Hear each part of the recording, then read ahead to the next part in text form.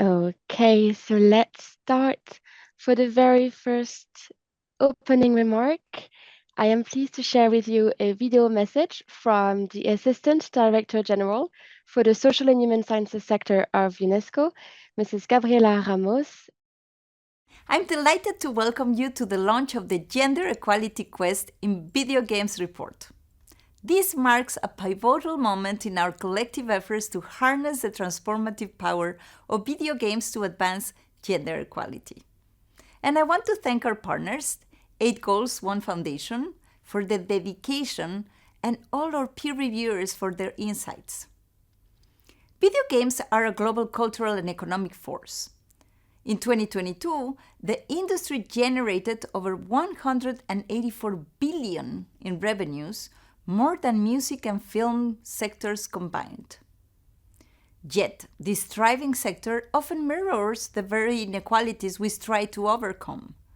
Women are nearly half of the gamers, but only 30% of the workforce, and just 16% in leadership roles within top gaming companies.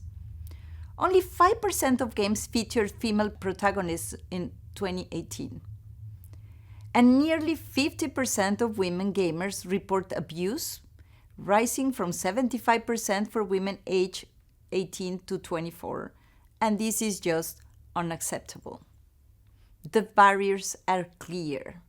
Women face exclusion, not because of lack of talent or skills, but because these spaces are shaped by values and environment that discourage their participation. And we need to change this. And for that, the report offers solutions guided by the UNESCO's recommendation on the ethics of artificial intelligence, which is the first global standard addressing gender equality and AI, and I think is the only one up to now. Our Women for Ethical AI platform brings together leaders to tackle gender biases in this technology. And last month, Women for Ethical AI conference advanced solutions for inclusive AI ecosystems. And our Transforming Mentalities program challenges harmful stereotypes and promotes positive masculinities and actually engages men and boys to push for gender equality. The report highlights promising initiatives. Programs encouraging women in STEM, campaigns mobilizing gamers to combat violence and more, and these efforts show that video games can challenge stereotypes and change mindsets. Consider this. Research showed that girls who played video games were probably more likely to pursue degrees in physical STEM fields or related disciplines. But this is not just about encouraging women into STEM. It's about transforming the world of gaming itself, making it a place where women are not only welcome but thrive. Having diversity in these places will also improve the outcomes that we get from these technologies. And that's why our message today is clear. It's not about fixing glitches. It's about unlocking video games' potential to promote gender equality. And I invite each of you, gamers, parents, educations, industry leaders, policymakers, and newcomers alike, to join us in this quest. And now I am happy to introduce you to Ramit Singh Chimni, who is the director of 8 Goals, 1 Foundation. Ramit, the floor is yours. Thank you so much, Garance, and lovely to hear from Gabriela to get us all started. Hello, everyone. Good morning, afternoon, or evening, depending on which part of the world you're in. Welcome to the launch of the Gender Equality Quest in video games. Today, we're not just releasing a report, we're amplifying a call that has echoed on for far too long, in our opinion. Gaming is a cultural and economic powerhouse. We all know that. Gaming is empowering, it's transformative, it's really, really fun. Yet it remains a space where inequality persists, where many voices seem silenced, and where the stories told often leave too many behind. Everyone knows that discrimination exists in gaming just as it does across our world. And we don't think anyone needed this report to tell them that. But what we want to ensure is that no one can ignore this discrimination and that no one can turn their heads away anymore. UNESCO has the power to ensure this by holding a spotlight to it until meaningful change is actually achieved. And we at the 8 Goals 1 Foundation are committed to stand with them till that's done.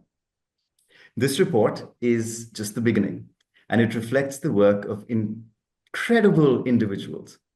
Garance and Louisa, Angad and Aparna, who have authored this report and will engage with you today. Gabriela, Maria Grazia, and Anna Maria are friends from UNESCO who have backed this initiative right through. Isha and Kartika, who have helped ensure we have been exhaustive with our efforts. Kinshuk, Sudipta, Surbi, Surya, and Varanya for their tireless efforts in digging up every last piece of research that's been made available. There for his supersonic layouting and design skills, and to Seher, the stunning artist who has created the cover for this report. And of course, all the stakeholders, all the experts and peer reviewers, and everyone who helped us along the way over the last year. Amongst all of them, I'm so glad you'll hear directly from Humberto, Joanie, and Susanna here today. All of these individuals and all the friends we've made from around the world during the research and review, many of whom are in the audience today, have helped try and make sure that this report does two things. It identifies challenges and it bravely outlines the next steps. Now, I say bravely because this report is not the solution by itself. It's a spotlight, as I said. Hopefully, a very powerful spotlight. Women make up almost half of the world's gamers, and Gabriela just told you that it is reported that 75% of young women gamers face harassment. That's 3 out of every 4. Just this number by itself is staggering, but it's not just a statistic. It's a lived reality. This report, hopefully, offers a way forward. It emphasizes the importance of designing games with authentic, inclusive representation that is reflective of our world's diversity. It highlights the value of engaging men and boys to ensure equitable practices in the gaming ecosystem. But more than that, it demands capacity building efforts, mentorship, networking, and funding opportunities for underrepresented voices in gaming. And it also reminds us that progress requires celebrating success, amplifying stories of change, and most importantly, supporting data-driven and fact-based advocacy. But we can't stop there. Discrimination in gaming, like elsewhere, thrives because it is overlooked, excused, or simply ignored. It's time to stop turning our heads. Everyone listening to this has a role to play. Together, we can ensure that gaming becomes more than just a mirror of the world as it is, when it can be a mirror for the world as it should be. This report is more than a set of recommendations. It is a reminder that the spotlight that I spoke of must stay on until real, visible progress is achieved. Finally, gaming is a space where the virtual and the real collide. And together, we can make it a space of belonging, fairness, and inclusion. And all this while keeping our games as fun and enjoyable as ever. So let's keep the conversations going and let's literally change the game. Thank you. Thank you so much, everyone. And back to Garance and Louisa.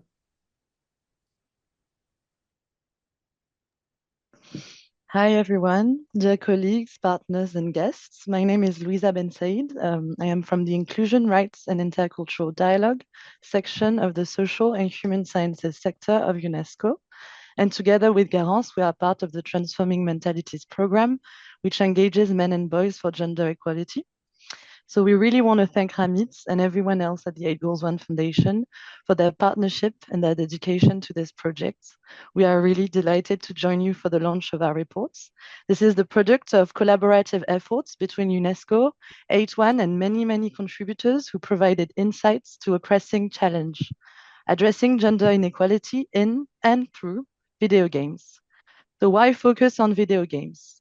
This is quite new for UNESCO, but it is timely. Gaming connects billions of people globally, providing a platform to change mindsets. It interacts with critical areas for UNESCO: youth engagement, ethical technology, esports, anti-discrimination, gender equality, artivism, and many more. And this report brings together all these themes. It is our first step in guiding the gaming industry, communities, and policymakers on fostering a safe, inclusive, and gender equitable environment. So today, we will share some of our findings and hear from inspiring experts. Susanna Pollack, President of Games for Change, who champions video games for social good. We had the pleasure of attending the Games for Change Festival this year and the second annual Games and SDG Summit in October. Joanie Kraut from the Gina Davis Institute and CEO of Women in Games International, whose mission is to prioritize women's inclusion in gaming and esports globally. Humberto Carolo, CEO of White Ribbon and board director of Men Engage Alliance, a key ally in our Transforming Mentalities efforts over the years. This report is only the beginning. With your engagements, we can transform gaming into a truly empowering space for all. Angad and Aparna, the floor is yours to present the reports. Thank you very much. Hello, everyone, and welcome to our launch of the Gender Equality Quest in Video Games. It has been an honor working on this project together with all the variously talented people that we've engaged with, the stakeholders who have taken their time and given us the insights that we have incorporated into this report as we go along. But most importantly, this particular piece of research that we have brought forward has given us so much insight into what the video games ecosystem really looks like and what gender equality really looks like. So this report is really just that. It is ground zero for a bigger, a longer project that comes after it. But this is also an effort for us to contextualize the idea and the subject of gender equality within video games and what it really looks like at this moment. What is the extent of it? What are the various forms of inequalities that exist? And through the course of this presentations, Angad and I will try our best to walk you through as many points as we can within a short period of time. So bear with us and stick with us as we go along. As you can see on the screen, what we are trying to do is to achieve one objective, which is to engage the entire video games ecosystem and bring everyone together to work towards gender equality and to address the harmful norms, harmful gender norms that exist, to be able to address the harmful masculinities and the concepts that exist. And thereafter, the four-pronged approach that we are proposing is to begin with knowledge creation, because what we have found is that there is a massive gap in research. There are so many data points that are missing, and we really need to fill in those gaps. And once we do that, once we create that knowledge, we want to spread that knowledge. We want everyone to know about it, because it may just be a little over 3.3 billion people who are engaging with video games directly, but the video games, but the ecosystem is much massive than that. Going forward, once we've spread that awareness, once we have everyone on board, we also want to increase our outreach and engagement through every single medium, through every single stakeholders segment that exists. We also want to strengthen capacities going forward so that this initiative does not become just a one-off initiative. It becomes a more sustainable conversation that continues beyond the existing initiative, the existing infrastructure. So as we walk you along through what the report exists, there are various chapters that we've incorporated that contextualize all of the things that I've said in the last few minutes. So Angad, why don't you walk us through it? Thanks, Aparna, and thanks everyone who's here today for joining us. Just to quickly introduce myself, my name is Angad, and I am an impact strategist at the 8 Goals 1 Foundation. Let me start by just giving you a quick overview of our approach towards drafting this report. We've adopted a global approach to contextualize gender dynamics within the gaming ecosystem, not just within the games that are made, but also within the industry of video games and also within online and offline gaming communities. And we've tried to cover all the UNESCO regions within this report based on secondary data that is available out there. Recognizing the fact that a lot of the conversations and research can be skewed towards the global north and Western perspectives. Irrespective, what you're seeing on the screen is broadly the structure of the report and the kinds of themes you can see us covering through the report. And Aparna, if you can move to the next slide, I'll start with the first chapter. Before we even get into looking at gender and gender equality and gender dynamics within the video games ecosystem, for interested actors and stakeholders within the ecosystem, it is important to understand the true vastness and the length and breadth of this ecosystem. To quote one of my favorite games, Alan Wake, it's not a lake, it's an ocean. Video games are a vast ecosystem with 3.3 billion gamers playing or engaging with video games. It is estimated about 45% of all gamers are women and girls. And this number might vary from region to region. For example, in China, women only make up about 30% of gamers, but in countries like the Philippines, women are making up about 63% of the gamers. Beyond these statistics, it is also important to understand the kinds of games and the kinds of platforms that exist out there, whether you're completing your crossword on your New York Times application on your mobile, or whether you're playing Guitar Hero on your Xbox, or you're trying to defeat a boss on Elden Ring on your PC. There are multiple ways to engage with video games, which brings a diverse number of people who do play video games across all age groups. So through this chapter, we really aim to kind of contextualize what the ecosystem looked like, what are the types of gamers that are there, the casual gamers who play alone and with their families, the competitive gamers and the esports athletes, the streamers and content creators, and everything in between.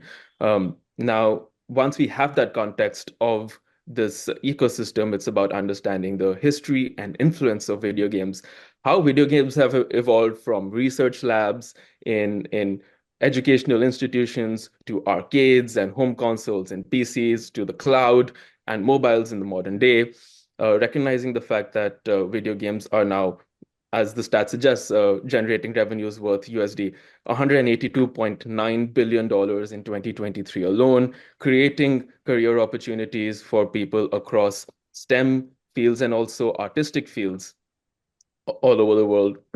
And through this chapter, we also aim to understand some of the gender dynamics of video games over the years, how women have been represented, for example, in older games where graphics were a bit limited, women were represented through identifiers such as long hair or the color pink. Or as we moved on to a more 3D world of video games, women might be sexualized, but recognizing the evolution of video games. For example, if you take the character of Lara Croft, who was initially sexualized in the 90s, but evolved to become a complex and dynamic and not sexualized character in the 2010s, and seeing the ecosystem as it is today, where we have characters like Ellie from The Last of Us, who is a woman and a part of the LGBTQIA+ community. Recognizing the history and influence of gaming is extremely important for us, not just within the evolution of representations, also the kinds of ways that people can engage with video games and the influence it might have on individuals. For example, the soundtrack of Halo can influence people in a more creative perspective to undertake music and engage with video games through that lens. The artworks of games like Legend of Zelda: Breath of the Wild that can inspire creators all over the world. And also recognizing some of the emerging trends within video games, how video games are being used as a mode for education through games like Minecraft education, the evolution of AI and the ethical concerns and considerations related to AI, and the advent of AR, VR, and extended reality, and how those are being adopted in the video games ecosystem. Last but not the least, we also want to focus on the gaming ecosystem within the Global South, and recognizing the fact that Global South countries like India, for example, which has almost 500 million gamers, have their own thriving ecosystems and games that they engage with.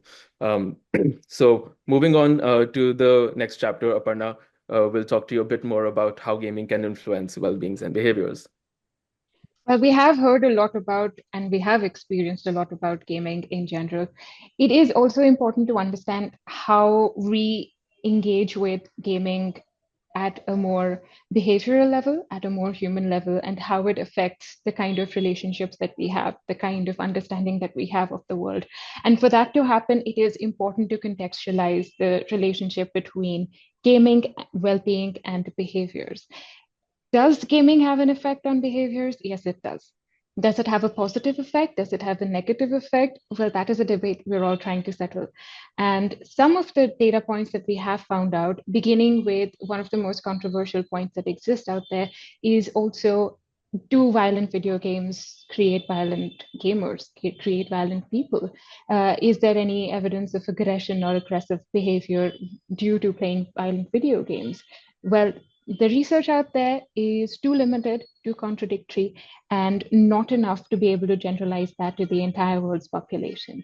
So what next? Is there anything positive that comes out of gaming? Yes, there is plenty that comes out of gaming, which is positive, helpful, and is being utilized across board in different ways, shapes, and forms, including using, for example, Minecraft within education curriculum to help students understand history and social sciences better, to be able to interact and build the cities and to be able to understand what that time looked like, to the point where it also includes improvement in cognitive flexibility, to be able to problem solve when you're working in multiplayer. When you're playing multiplayer games, you're also working together in teams.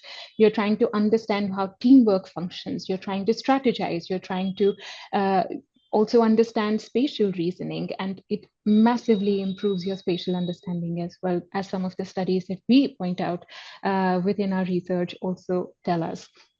There is also this whole idea of using games to relieve stress, which a lot of people have reported as utilizing them. And there is also the idea that when someone who is very aloof from social interactions in real life, when they enter these gaming arenas where they are playing with multiple people from all over the world, where they're interacting with these people, their fear of social interactions tends to fade away a little bit at a time. So yes, there are positives to gaming, and that is how gaming is. And of course, the whole neuroscientific aspect to why this happens is more detailed within our report as well. So do check it out.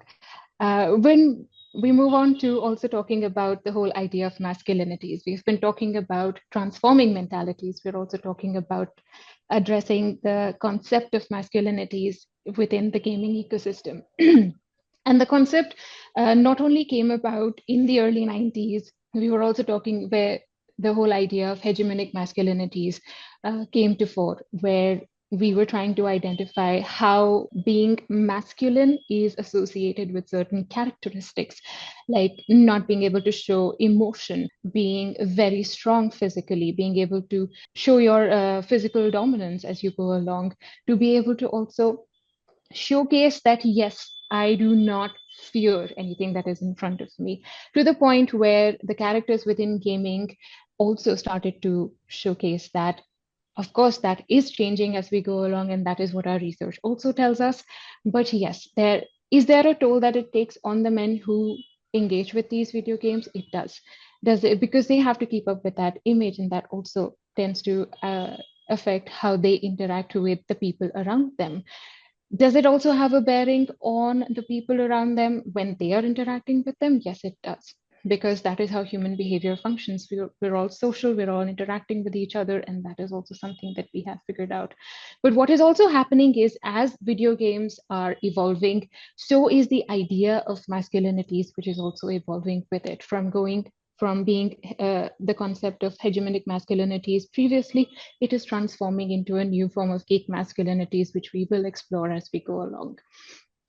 There is also the idea of the whole incel culture. Incel culture is also associated with, which is short for involuntary celibates, which is also associated with individuals seeing themselves as victims of society, which tends to favor women over men. And that also creates this form of hostility within chat rooms or within gaming arenas, where women are mistreated by their male counterparts in those games, to the point where women try to hide their gender identities when they are playing games online. They try to either use an alias, or they try to just mask their identities when they enter into these gaming spaces, to the point where streamers are also being harassed by their viewer bases and their fan bases.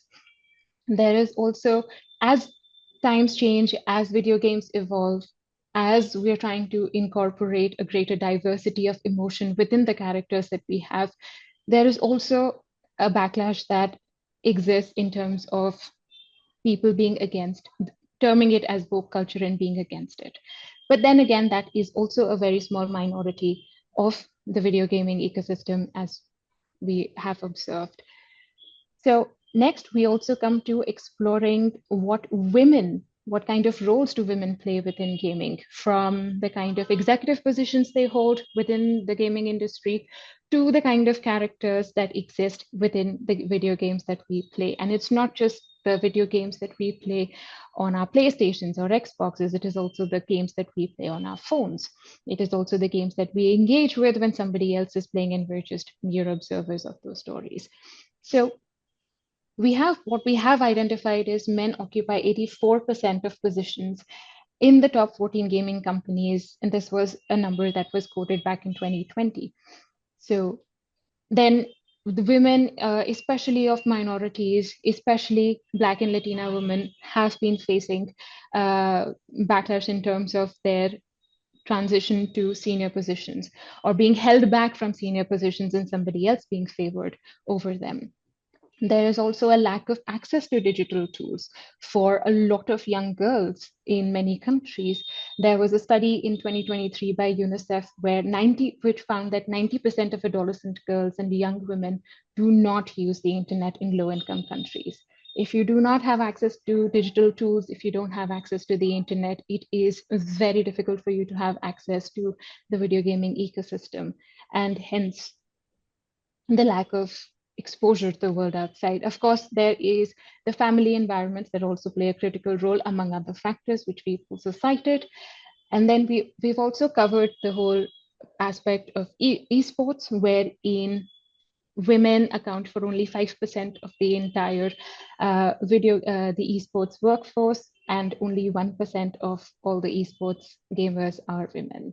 However, there are strides that are being made to encourage more women to participate, including esports scholarships, which go beyond your age, your class, your gender, and are available to everyone, to the point where USA's first all-girls varsity esports team was incorporated in Hathaway Brown, which is an all-girls school.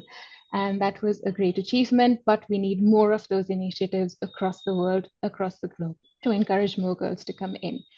Then we're also talking about the representation of women in video games, from being hypersexualized, like Angad mentioned, to having more power within the video games, to be able to have characters which everyone can relate to and not just women themselves.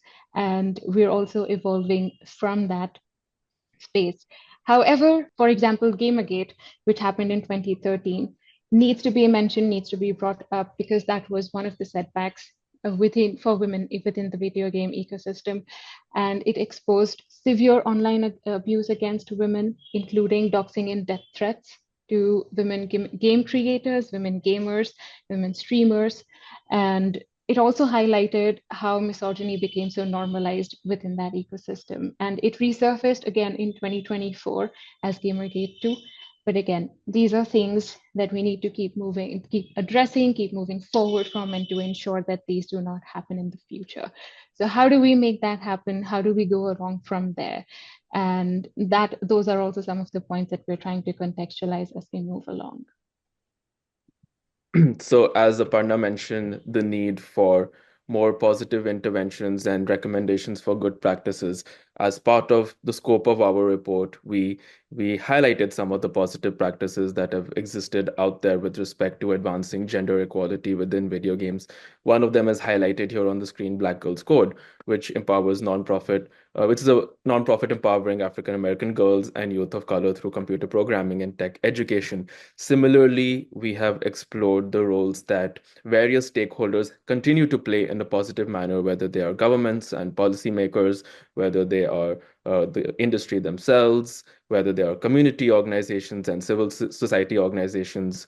And we found that a lot of these initiatives range from providing education in STEM fields like the Google Generation Scholarship, providing mentorship opportunities and support networks, connecting multiple stakeholders through organizations like Games for Change, who we have here today, and really showing the power of different stakeholders and the roles that they can play towards advancing gender equality, even looking at some industry initiatives such as Activision Blizzard and King's Women's Advisory Network, and also Electronic Arts' Women's Ultimate Team, which is an employee resource group which empowers women and girls to get networking opportunities within the company and also get career advancement opportunities within the company.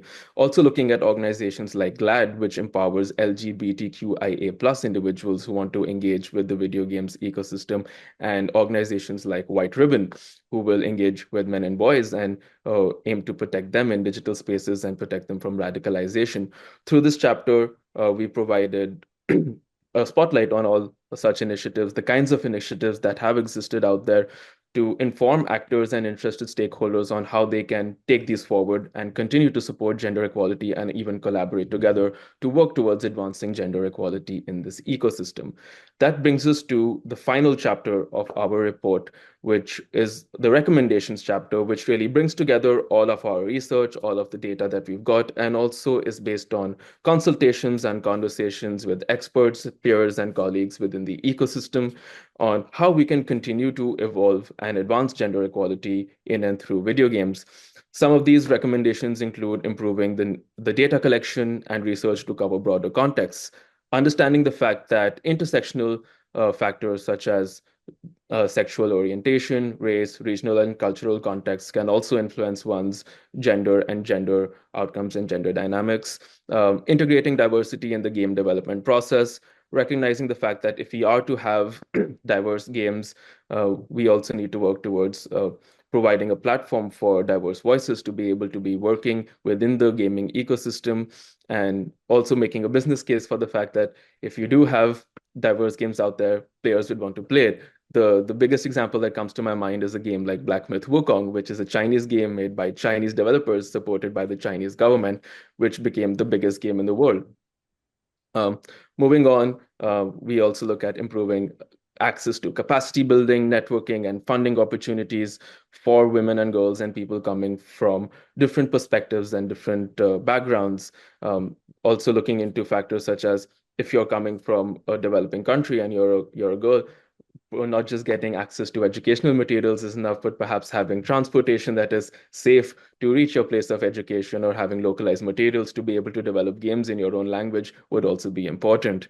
And finally, also looking at the influential actors within this ecosystem, working with content creators who themselves might be young men and boys who are growing under a microscope and also developing their own thoughts and ideals, making it more important for us to be able to engage with them so that they can inculcate positive masculinities and hopefully spread those within the millions of followers who engage with them and engage with the ecosystems that they create.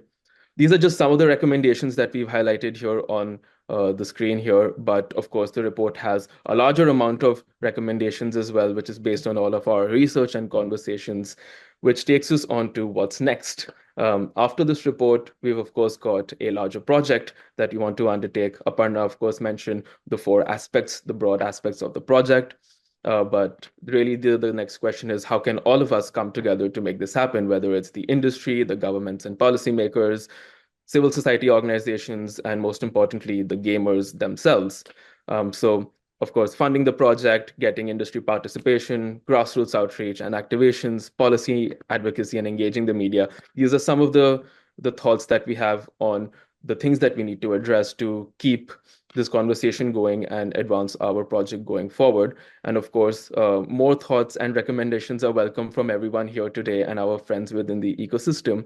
So that's where we are, and that's what we are looking to do. I'm going to pass it off to Garance and Louisa to take it forward with the panel discussion. And lastly, before we take it off to Garance and Louisa, of course, if you have questions, please feel free to drop them on the chat. And if you would like to get in touch with us again, we've put our email on the screen here, transform.mentalities@unesco.org. If you want to collaborate or have any questions, we'd be happy to engage. Garance, Louisa, over to you.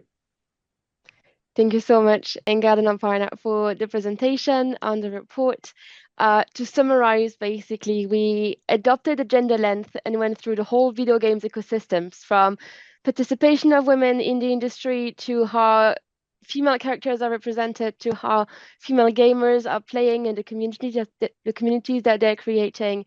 It's really this analyzing video games, taking apart all of the pieces and checking, okay, how is gender equality in there? and figuring out that sometimes we have information, sometimes we don't, sometimes we have existing great initiatives that we can scale up, and then sometimes we just need to make them up. So we welcome all of you to join us in those efforts. And I have great champions for this discussion with me. Susanna, Humberto, Joanie, thank you so much for joining us.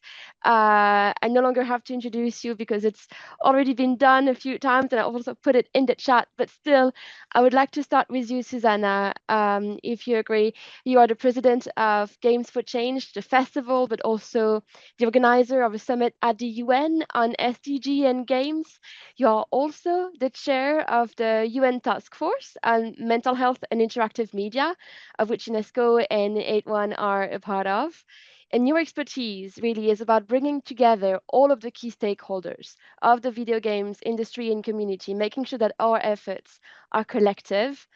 Could you maybe share with us which are the main challenges that you've experienced in doing that, and especially in advancing gender equality in the gaming ecosystem? Susanna, in maybe Sure. like 3 minutes. Oh, yes, of course. Thank you, Garance, and thank you everyone for joining today. It's been a real honor to be part of this community, working on gender equality through and in video games. It very much speaks to the heart of what Games for Change is, which is and our mission, which is to empower people to use games to advance real world impact. But really, what I want to focus on is this idea of community building and cross-sector partnerships, and I think that is truly the key to solving these bigger issues, and is very much what how we tend to address a lot of the challenges and the work that we aim to do. It seems to me that, I mean, you've addressed so many of the challenges within the report, and I can't wait to read it in depth. But some of the biggest challenges are about this kind of like cross-stakeholder buy-in and how to address the challenges that exist, whether it's the representation and inclusion in the game design itself, what kind of games are being made and how are women and gender being treated in the games, or whether it's the workplace culture and leadership gaps, or it's tackling online harassment and toxic culture. It's not going to be one team that's going to solve it. And I think even, if you think about the corporate structure, I guess is really where I would start, because I think that addresses at least actually all of these issues, right? Who's making the games? What are the games made about? And what kind of experience are the gamers going to have when they're playing the games, right? That all is managed to a certain degree by the corporate entity. It's working across teams. It's not just a DEI department, right? It is people that have bought into this, from senior management to the development teams, to the marketing teams, to the community management teams, to the policy teams, right? And so there really needs to be this interdepartmental integration in solving this. And I'm not sure if I've seen that across many companies. I think the response to some of the other inequities in gaming, let's say after George Floyd, was to drop in an expert who is an expert in DEI. And that's important that you have that kind of expertise in that lens, but on their own, that team is not going to be able to solve issues. And I think that translates to society in general, is that you need people working together. And I think we can see bilateral partnerships, using UN kind of speak, but it's really multilateral, right? It's people across different departments and different perspectives that need to get here.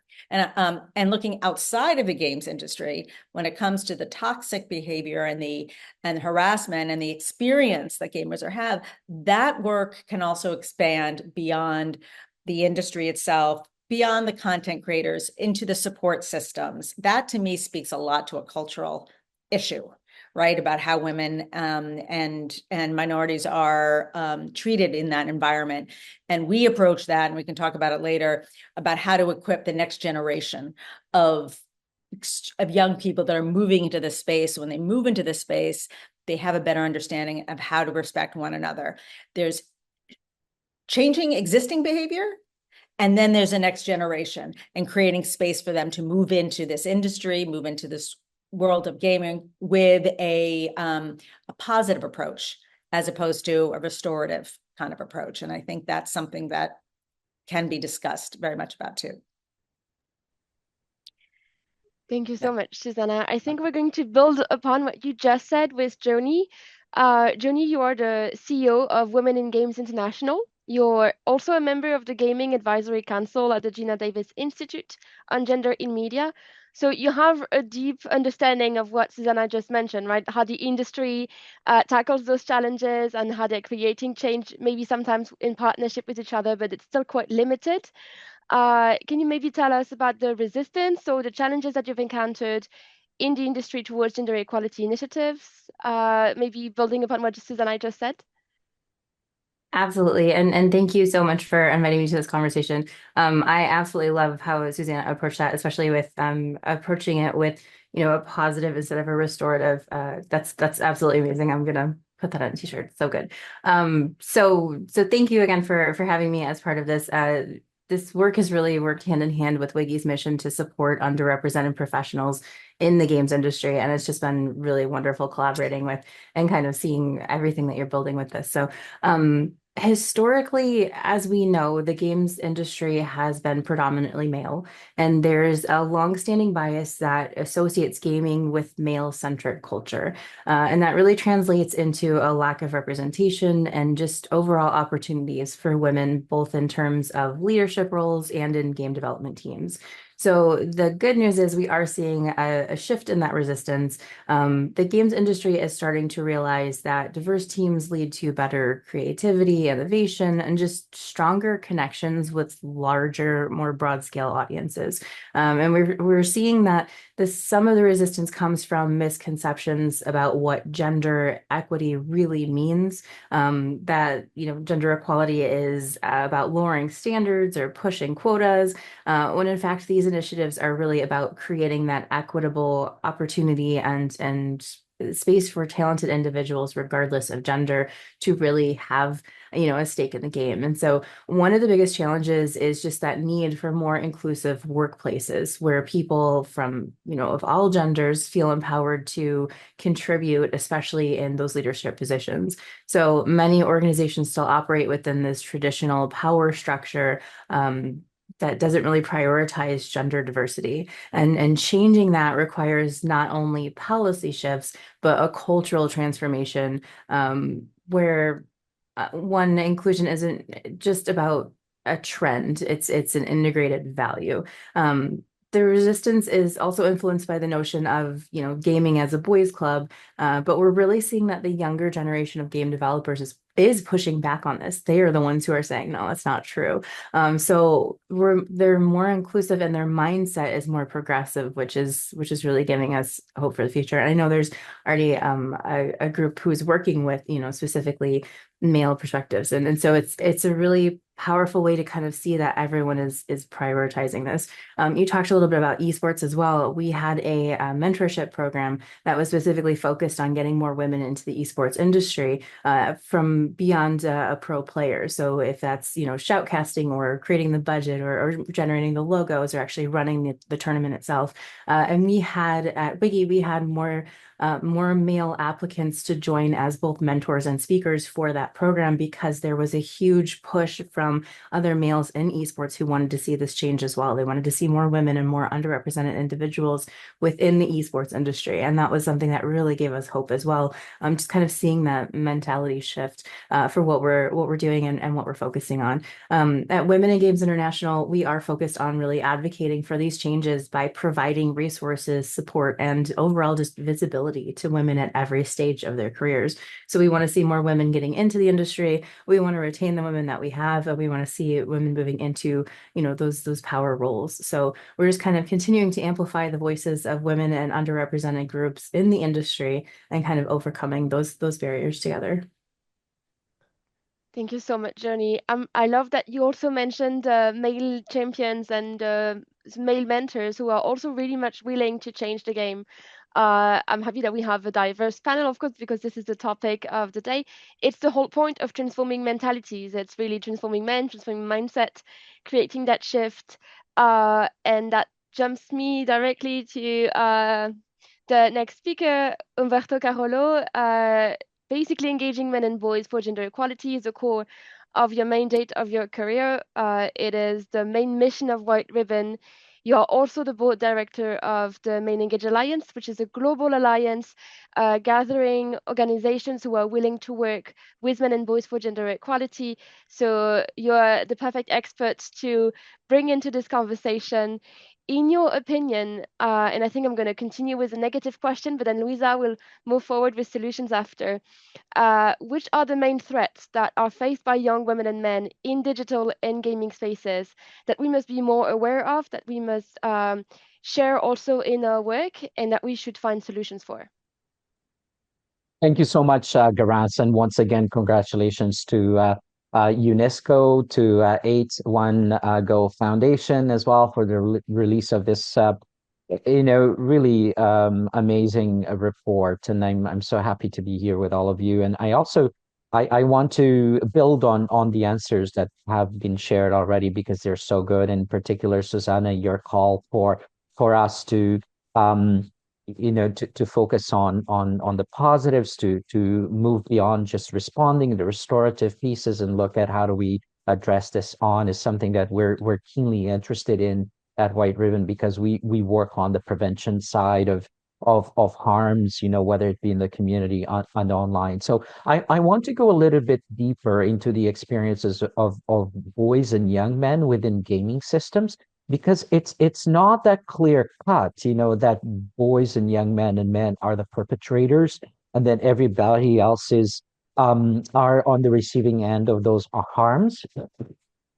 It's a little bit more complex than that, and I want to talk a little bit about it in the context of those threats, because it's really important that we understand that no doubt that women, girls, members of the 2S LGBTQI community, especially trans folks, gender diverse players, are disproportionately impacted by those harmful behaviors and those harmful norms. No doubt about that. I will never argue against that, because that's the reality. And the majority of the perpetrators, yes, are boys and young men and men, without a doubt. Let's look at the experiences of boys and young men, in particular, those who have vulnerable backgrounds. So, for example, you've already raised the topic, the issue of the incel ideologies, right? So when we look a little bit deeper into that ideology, we find a community of young men who are extremely disengaged and find themselves isolated, lack the support, lack the social connections in real life. And they come into online spaces like gaming communities to find community, to find support, because they're not able to do so anywhere else. The problem with that is that they come to these communities and they come across a cesspool of really harmful, toxic ideologies, and they get drawn into that. They're told, come join us, we'll support you, you'll find community, because everywhere else where you've tried to find community, you've been rejected, you've been casted aside. So that's the first problem. We see a lot of young men and boys who get engaged with these deeply harmful ideologies because they're looking for a community that they haven't found anywhere else. So we got to look from a threat perspective. We got to better understand what those ecosystems look like, because then we can look at solutions, and solutions also go beyond just initiatives that are focused in the gaming community, but also outside as well. So the other threat is that boys and young men, and we've seen this particularly in the Canadian context, but I would caution that this is likely the case in a lot of other settings, that there's a growing issue of boys and young men getting drawn into sextortion schemes, in that they fall victim to those who are looking to exploit young people, and they are then blackmailed, they're threatened, they're exploited in the same ways that we've seen young women and girls get exploited through tech platforms. And this is increasing substantially. Our national police services have raised the alarm in this, and this is happening through platforms including gaming platforms as well. So something that we need to be keenly aware of and look to address as well. Yes, so those are some of the emerging threats that we need to be mindful of. Again, it's not always clear cut where there are perpetrators and there are victims, and often victims turn to perpetrators, in the case of the incels. The concept of rejection is something that we see young men and boys experience in very different ways, right? And this is where masculinities and gender stereotypes and expectations come into play as well. That boys are socialized to always, be on the winning side, always having their needs and their interests and their wishes and their desires met. And when those are not met, it's an affront to their own identity, to their own sense of masculinity. So when young men and boys experience rejection, often they will lash out because they lack the emotional intelligence and the tools and the skills to be able to address that rejection in healthy ways. So we find that kind of rejection that young men experience, not just in real life, but also in these tech platforms, including gaming, have an impact on real life relationships as well, where young men and men will lash out and will enact revenge because they feel rejection. They've experienced rejection. The last threat that I want to mention is the role of hateful ideologies and social influencers on in gaming platforms, and how we're seeing more and more of that, and more loud voices getting involved in these ecosystems and promoting hatred, promoting misogyny, promoting homophobia and transphobia, and playing into the vulnerabilities that young men and boys experience in real life, and then blaming everybody else for those vulnerabilities, blaming women, blaming members of the 2S LGBTQIA community, and so many others. So we have to pay attention to those loud voices. They're very present right now, not just in gaming platforms, but throughout the online communities. And we have to address that head on. And I would love to talk about this, how to do this in the solutions question that's coming up. Thank you so much. Thank you so much, Humberto. As Garance said, I have the brightest part of the question. So we'll be talking about the opportunities and solution. You obviously come all from very diverse backgrounds, and we can't name all of the good practices and initiatives, but we'll try to mention a few. So Susanna, I wanted to ask you, can you share some good practices and types of initiatives that you believe deserve more support to advance gender equality and foster greater inclusion across the boards? Okay. Well, a lot of the initiatives that exist are being run by people on this panel and people in our audience. So I'll do what I can to call them out, but please step up yourselves. Well, I'll start with Games for Change. So I'll start with something that we are doing. If we broke it down to the three kind of categories that I talked about is what kind of games are being made and who's making them. I think a big challenge is encouraging more girls that a career in game design is a path for them, that it's a place where they're welcome and that it's acceptable to their families, and we're addressing the challenges that might they be facing to go down this path. We have a game design program for middle and high school age students, so it's from ages about 10 to 18, focused on reaching underserved communities, where we're offering a intro to game design kind of pathway to encourage young people to learn the great skill sets that come alongside making games, learning how to create games, but also the opportunities that are in front of them should they choose to pursue that. This program has been running in the US for years, and now we are expanding it in a significant way internationally, alongside our partners at the Global Game Jam, who also are creating opportunities for developers all over the world.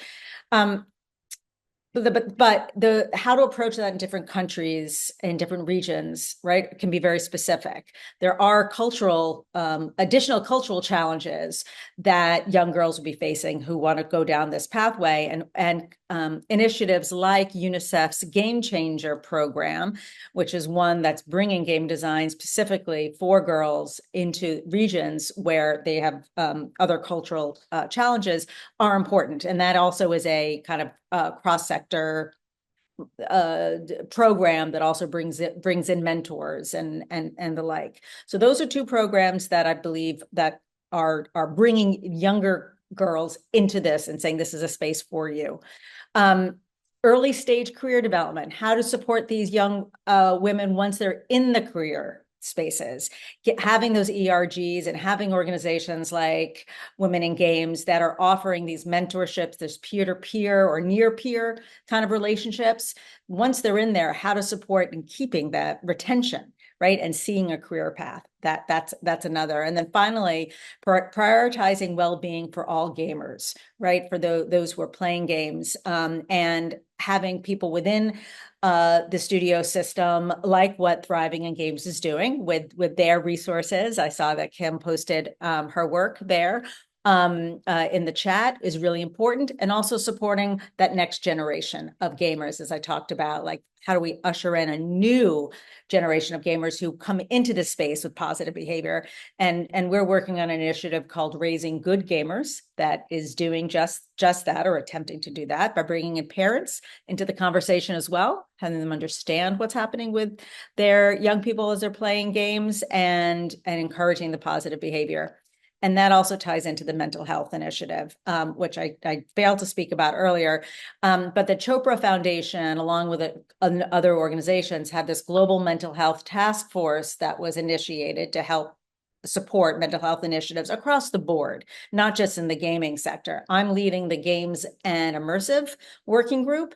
And so we're working with a cross-sector group of people who can help come up with some solutions and interventions that help the well-being of all people, women, gender, looking at gender sector, looking at demographics, different demographics, but looking at their well-being in and through games. And so it's through that lens that UNESCO and Transforming Mentalities team is participating. All are welcome to join that. I'd be happy to share information about that. But those are some of the projects out there that I know are doing great work. Thank you so much, Susanna. So next I'm going to turn to Joanie. I wanted to also ask you kind of a similar question as what type of resources do you think would be useful to help more specifically gaming studios overcome those challenges and prioritize inclusive design practices?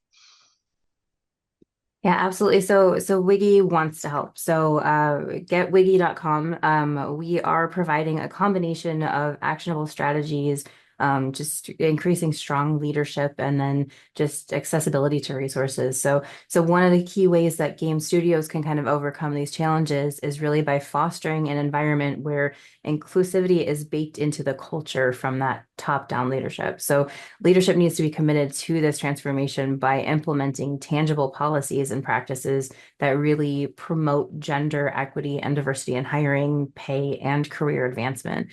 We need more women and underrepresented groups in decision-making roles. I think we can all agree on that. And they need to be supported by mentorship and leadership programs that help them really navigate their careers in a traditionally male-dominated industry.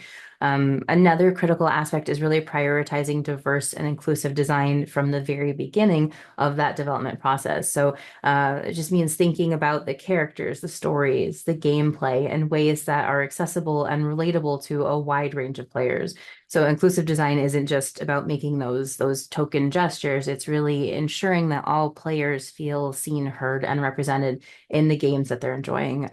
The easiest way studios can really do this is by involving a diverse team of creators in every step of the process, whether it's the writers, the character designers, the animators, or even the QA testers. Having diverse people who have lived experiences will really result in a more authentic, just thoughtful and overall compelling game. So what Wiggy does is we really focus on that urgent need for more education and awareness.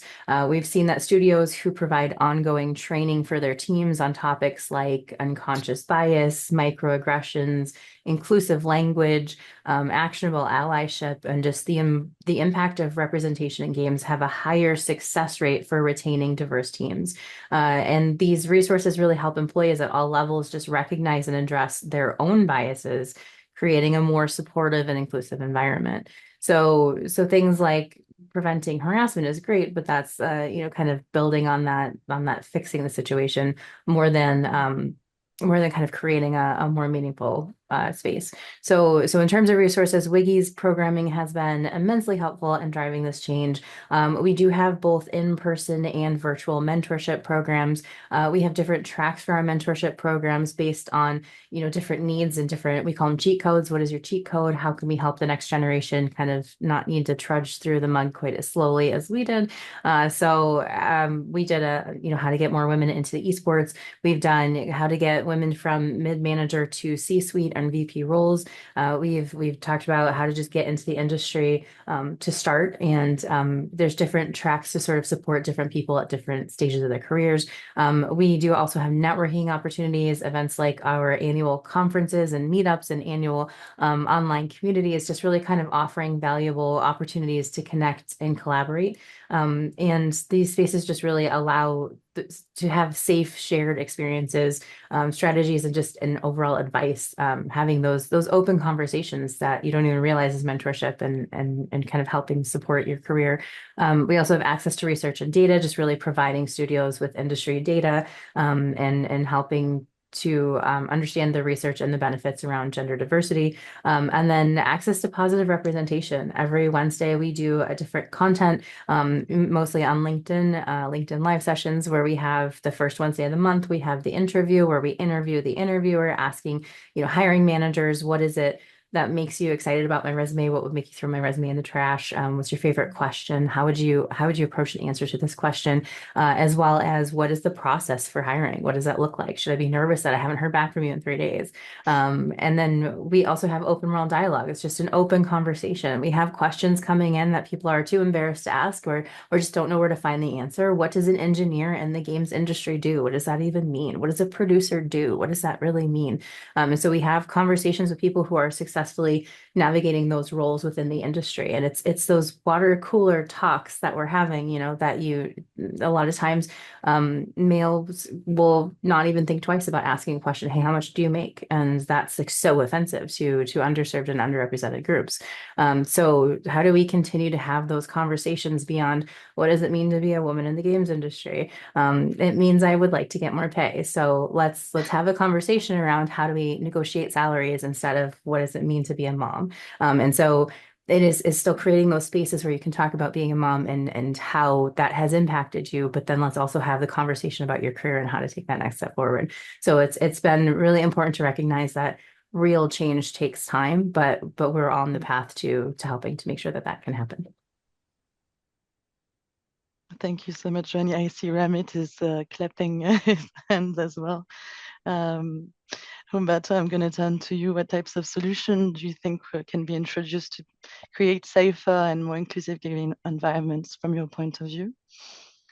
So this is a social problem, right? What we see happening in gaming and in online platforms and communities, we see it happening in schools, in workplaces, in communities, in homes, right across the globe. So it requires a whole of society approach, and we can't do this work in silos. We have to join efforts. We have to encourage a tech industry and gaming industry to address this, just like we're encouraging workplaces to do the same and institutions and so forth. Everybody has to play a role, and we got to do this early. We got to address this further upstream to prevent those kinds of norms from taking root and solidifying, from entering the gaming system. We also have to address it midstream and create safer environments for young people to experience the joys and just the positive aspects of gaming. And we also have to then think about how to do this further downstream when actually the behaviors happen, and the kinds of accountabilities that need to be put in place, both in the workplace and in the gaming community as well, to prevent those harms, those deeply problematic ideologies and norms from continuing, and new ones from emerging as well. We have to work, yes, Susanna, we have to work with parents to help them understand how to spot those early signs of those deeply misogynistic ideologies and norms and ways of being, in their children, especially in boys and young men. Teachers are also raising the alarm, yet they don't understand what is going on. They're seeing the behaviors, those attitudes continue in the classroom, but they don't always understand the connection to online platforms and gaming and so forth. So it's really important that we work with educators, with schools, and with educational institutions to create the tools and the training and the resources for teachers to be able to better spot these attitudes early on, and give them the training and the tools to intervene earlier. And so it's a kind of work that has already been talked about. It requires deeper public education. White Ribbon is about to launch a global campaign in a couple of weeks that addresses the impact of misogynistic ideologies on the lives of young people, in particular boys and young men. So look out for that campaign. We're hoping to launch it on December 3rd, and we're hoping that it will provoke further education, awareness, and really a soul searching amongst everyone, from parents to educators to industry to government to decision makers, about addressing this issue differently. It requires a different approach, from the work that deals with changing individual behaviors and attitudes and beliefs, all the way to changing policy and systems, and encouraging the tech sector to address this proactively, not to wait until there's a problem for there to be for them to be to step into action, but to plan, before these technologies, before these platforms are created and developed. Let's engage in a conversation about how to plan for a safe, inclusive, welcoming, harms-free gaming and play and socializing environment for everyone. Thank you. Thank you so much, Humberto, and thank you so much to all three of you. We will now be moving on to a session with questions from the audience, and I see that many of you have been sharing messages in the chat, what you're working on, who you would like to work with, resources that you've worked on that you've shared with us. Please continue to do so. This is extremely valuable for us as we continue with our research, and also if you would like to keep engaging with our work, please, we would love to know what you're doing. And I'm seeing also in the Q&A a few questions, so I will read one aloud, and then whoever wants to answer, please feel free. I'm seeing, for instance, that is one right here on positive role modeling. So it says, while positive role modeling has a certain degree of influence on men and boys, how can we ensure long-term and sustainable behavioral change within the community to make the spaces safe for women, girls, in the LGBTQIA+ community? So on sustainability and long-term change, is there anyone here who would like to answer this question? I can get us started, and would love Go to hear ahead. from the rest of you as well. I would say putting in place, codes of conduct, putting in place opportunities for young gamers to, through their gaming experience, to learn about these issues, to be exposed to healthy norms. Anything that inoculates young people against these hateful ideologies from the get-go. Thinking about how young people are first connected to and enter the gaming environment. What is it that we can do to, right from the beginning, helping them understand the kind of environment that we're looking for, that we're looking to create, giving them the tools to be able to speak up as they experience or they witness problematic behaviors or ideologies. Yeah, I'm thinking like creating a social license to operate for tech industry, for the tech industry and for the gaming industry to sign on to as new companies emerge. It would be good for them to have a set of guiding principles for their engagement, the development of their platforms and their games and so forth. Like all of this is about proactively addressing a problem that we know exists and working together to support the industry so that it can flourish, it can continue to be the best it can be, and it can be a safe can lead to safe experiences for everyone. Thank you so much, Humberto. Did anyone want to add more? Or maybe we can move to the next question. I saw in the chat there was a question directly addressed to Susanna. They wanted to please could you share more information on the Raising Gamers program or a link to view? The links will be probably shared at the end, or we'll send an email with everyone's programs and information. But if you want to share more information on that, please go on. Sure. At the moment, Raising Good Gamers consists of an advisory board that it meets regularly to talk about the different approaches and initiatives and projects. So best thing to do, and anyone on this email is welcome to email me at susanna@gamesforchange.org. Put it in there. Find out how you can get involved in that, or the mental health task force that is focusing on the well-being in games, of which Raising Good Gamers is part of. So either or. I don't think there's a lot on our website about it right now, but so I'd be happy to share one-on-one with that. But the student challenge work, the game design program, which is free resources for anyone, can be found on our website too, and we can send that around. Thank you so much, Susanna. I'm going to move on to another question, which I think is very interesting. And this is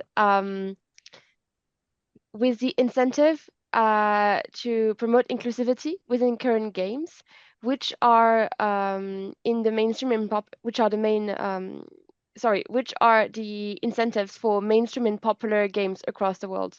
So we want to promote more inclusivity. When you're already a very mainstream, very popular game, which is your incentive? So the incentive that I see that speaks the most to AAAs, especially companies who are making a ton of money, is more money. And so you're going to make more money the more you can diversify and expand your community and your player base. And so having that inclusivity, your game might have turned someone away in the past, and that might have had them have a trickle effect of turning away even more people. And so if you really want to speak to sort of the business side of things, talking about how much more money they could be making is a really powerful tool. When it comes to actual communities and maybe indies, the opportunity to include more voices is something that's a lot more appealing. So kind of incentivizing based on their goals is a really powerful way to speak to any one specific company, organization, or group of people. Thank you so much, Joanie. I think maybe Angad, you wanted to say something probably similar, but do you want to build upon that? Yes, just a short thing to add to what Joanie said. There are also a diverse number of people playing video games around the world. So being able to see yourself represented in video games is incentive for the corporations to make diverse video games. And as Joanie mentioned, that's only going to improve your player base and the bottom line. I would quickly add that another incentive would also be to help civil society address some of the most pressing social inequities around the globe. I think that is it's an important incentive for all of us, and working together to create safety and to create inclusion and to make sure that our platforms are used for good and to promote good experiences, because there are liabilities when it comes to experiences of harassment and violence and exclusion and discrimination within one's platforms, and we're seeing those liabilities emerged, certainly in the context of North America, for example, where, here in Ontario, in one of the Canadian provinces, a group of school boards has taken several technology platforms to court for not providing safe environments for young students to socialize and play in. So there's a liability component in this that we're seeing in many places, and should be seriously considered, from both a risk, but also an opportunity standpoint for for all technology industries. Thank you very much to all of you. I'll move to the next question. Since games are growing in power among new generation, do you believe that a game still needs to be thought and developed with one gender in mind as a target? I'm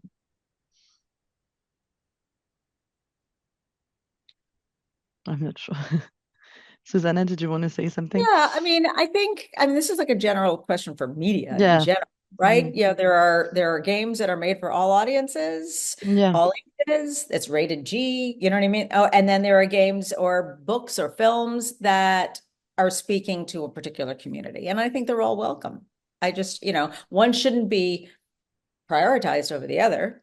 One demographic shouldn't be, that's for sure. But there are, it's a wonderfully big open playing field where everyone can be included. Doesn't mean every game has to be for everyone. 100% Yeah, agree with that. Sorry, I love that. And no, and one of the things that we do with our programs portfolio is what is your cheat code? And so it's kind of that question of what is your why? What is the thing that you've learned? So there's so many people that have so many different experiences, even if you look exactly like the person you're sitting next to, it doesn't mean you have the same background or story or upbringing. And so having so many different opportunities to tell different stories has been a really powerful opportunity for sure, both as Susan was saying in books and games. So yeah, I think it just makes it even more wonderful, and there's so many new ways to tell the same story as well. So we love to see it. But yeah. Thank you, Joanie. I see there's also a question about how to counter toxic behavior, how the industry should address this problem. The person is asking, I see that the systems to counter toxic behaviors are poor. So when it comes to toxic behavior in the workplace, one of the biggest things that we have found is what do I do is the question. And so there's an opportunity to say, hey, I see something I don't like. I don't know how to say something or who to say something to or how to say something without being performative. I want it to be something genuine and authentic. I want to stand up for this person or stand up for myself, but I don't know how to do that. And so having conversations around what is actionable allyship? It's not just being an ally and quiet. It's not coming up to somebody after and saying, are you okay? But actually being actionable in that step and in a way that's meaningful and going to create change. So I think the biggest thing really that we're finding is education and just speaking to people and having those conversations. What do you want me to do if I see this happening to you? What is the right process when it comes to, the handbook or the employee policies? What can I do in a way that is going to create meaningful change and not just, create even more bullying and toxicity because I said something wrong.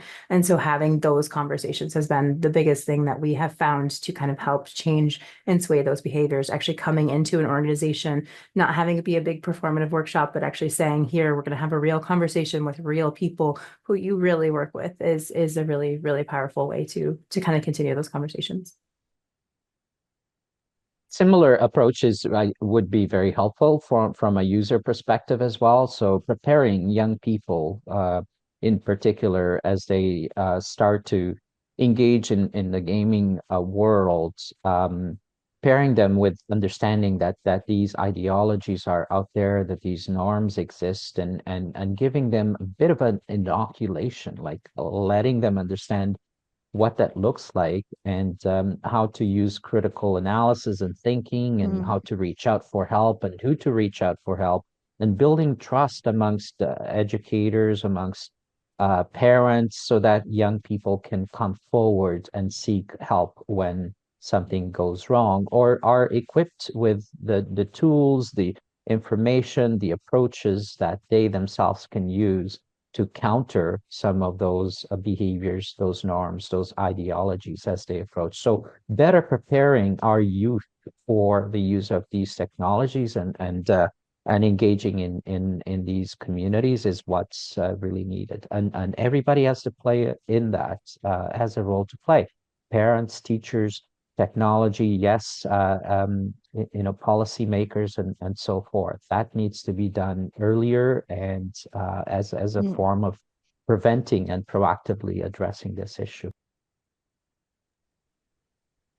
Thank you so much, Humberto. I think on those last words, we will wrap up the lunch. I would like to thank all of our amazing panelists, Susanna, Joanie, Humberto. I would like to thank, of course, from UNESCO, our partners, 8 Goals on Foundation, Ramit, Angad, Aparna, the whole team behind as well, who helped with the research for the report. This was a fantastic first step because this is only just a stepping stone towards a greater initiative, towards greater data collection, capacity building, engagement, community building, advice for policymakers and for the whole video games community and industry to work together and making sure that we improve gender equality in this world.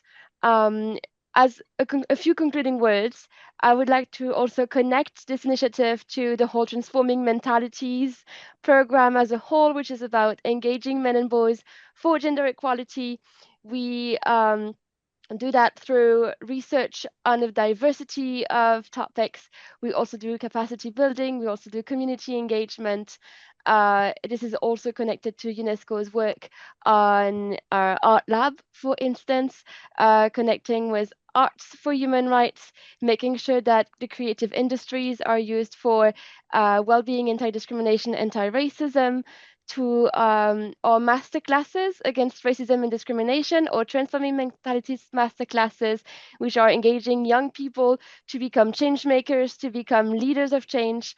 There are many initiatives that are surrounding this one, which are leveraging this one as well. So we will be presenting the report at the masterclass, for instance, on transforming mentalities next Monday. If ever you're in Paris, you're welcome to join us in person. If you are anywhere else around the world, and I know that many of you are everywhere else around the world, you're welcome to join us online on Zoom. We'll be sharing the link with you after. This is the next iteration of Transforming Mentalities activities. And truly, I want to thank you again, everyone in the chat, for having shared your programs, your initiatives, your resources, and your questions.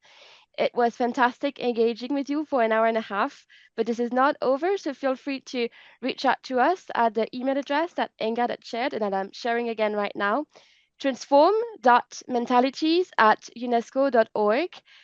We will be happy to share the report with your partners and your colleagues. It's also in the chat. Excellent. Thank you, Aparna. And on that note, thank you, everyone. Have a really good day if it is the beginning of the day for you, or evening if it is the end, just like us in Paris. And take care. Thank you. Bye. Thank you. everyone. Bye, everyone. Thank you.